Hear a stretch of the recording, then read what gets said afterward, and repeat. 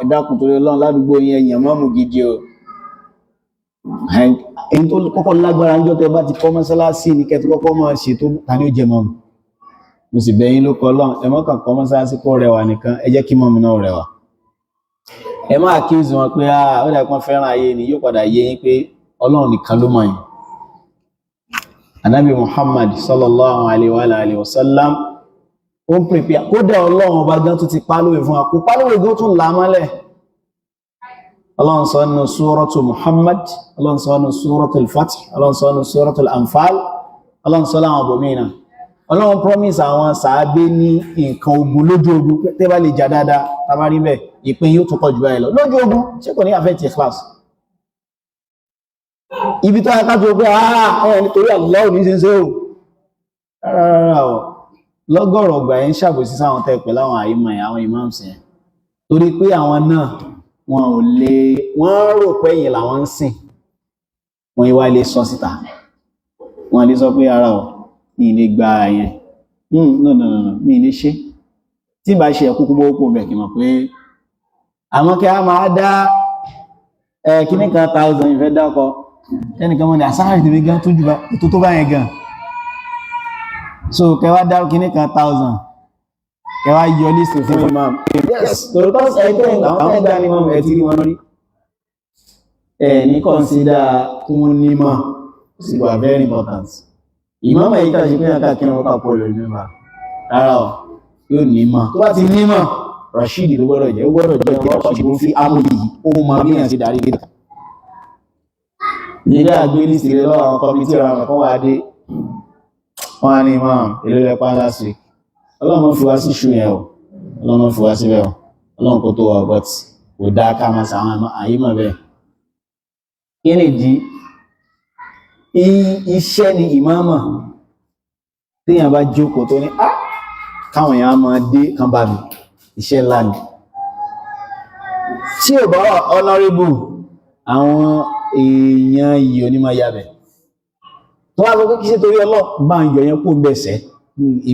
Ọlọ́run ló mọ̀ yẹn ẹ bá mọ́ fún ní kankan kó máa jókòó sí mọ́sáàsì ó lè mọ́ torí ẹwà sínsẹ́ ẹ̀yìn ni ó mọ̀ sí yes ẹni tí nǹkan bá wà lọ́wọ́ ẹ̀ ni ó fẹ́ máa ṣe dáadáa lójú ẹ̀ ìyẹn ò ṣe tó lè decide ìyàn fọ́lọ́n kò ṣe sọ kò sí mọ̀gbà tẹ́yàn wà sínsẹ́ àdúgbà tí wà sínsẹ́ kò sí sọsẹ́ so fìyàn lẹ̀ fọ́lọ́n ṣé yẹn lè rí àwọn àlámọ̀ bẹ́ẹ̀ ni yẹn lè rí sáì but àwọn èèyàn fẹ́ràn Ọlọ́run pé yóò tún dàrú mọ́ lójú ó bá fẹ́ mọ̀ kó wà sínsẹ́ yóò tún dàrú mọ́ lójú wọ́n yóò tún dàrú mọ́ lójú ìwọ́n ajọ́ rẹ̀ sínsẹ́ ní tí gbá tí wọ́n ló sẹ̀sán rẹ̀ so kò ní láti ṣó ẹ̀nà ó ní láti sọ fún ẹ̀gá pé mi wà sínsẹ́ ní pé mi ò wà sínsẹ́ sanwó ìjẹ́rí tí wọ́n lọ máa kìrẹ̀ sanwó kó gbọ́n bá tiẹ̀ lọ kó mọ̀ pé kí lẹ́ ní káwọn sí ó ní báyìí pé ìlágbára báwọn ìrìnlẹ́dú ẹjọ́ mọ́ lọ́lé wa kí mi lọ́mọ kí wọn ládùúgbò wa pé wà àwọn mùsùlùmí ládùúgbò wọn náà jẹ mọ́ mú kó jókòó síbẹ̀ wọn náà jẹ́ kó jókòó síbẹ̀ yẹn ó sì lè máa present ẹbí pé Ọlọ́run ló ní Ọlọ́run ní tó bá ṣe ẹ̀rọ fádù kìfáyà ni òun ọ̀dá kọ̀ mímẹ̀ àwọn orúkọ mi sí chẹ́ẹ̀kì dáadáa fádù kìfáyà ni wọ́n náà lè ṣe so ká ní àwọn àìmọ̀ àwọn imams nílẹ̀ Haúsá gẹ́gẹ́ a ṣe gbọ́ ìmọ̀ political system ilẹ̀ Haúsá wọ́n ní ẹgbẹ́ bá ha Qur'an wọ́n yí equivalent of BSc náà máa ń gbé sí ẹgbẹ́ bá Qur'an ó jù bẹ́ẹ̀ Kùránì jù bá ń lọ Kùránì jù bá ń lọ but àti ẹ̀dúpẹ́ bọ́lọ̀ pa àwọn ìṣe bẹ́ẹ̀ pé o ní láti sọ pé ìwọ lọ kíní kan ní degree àbí òun náà Kùránì ẹ̀ mashallah pé ẹ̀bù first class fún first degree tó bá mọ tafsir ẹ̀ fún masters tó bá ti mọ tafsir ma'thur hadith mọ ẹgbẹ́ phd lọ doctor ìmọ̀domi tó bá mọ qira'at bí ọmọ mi yí báyìí ẹ mọ̀ pé prof professor qira'at kí a mọ áújú tí wọ́n fi ń ka Kùránì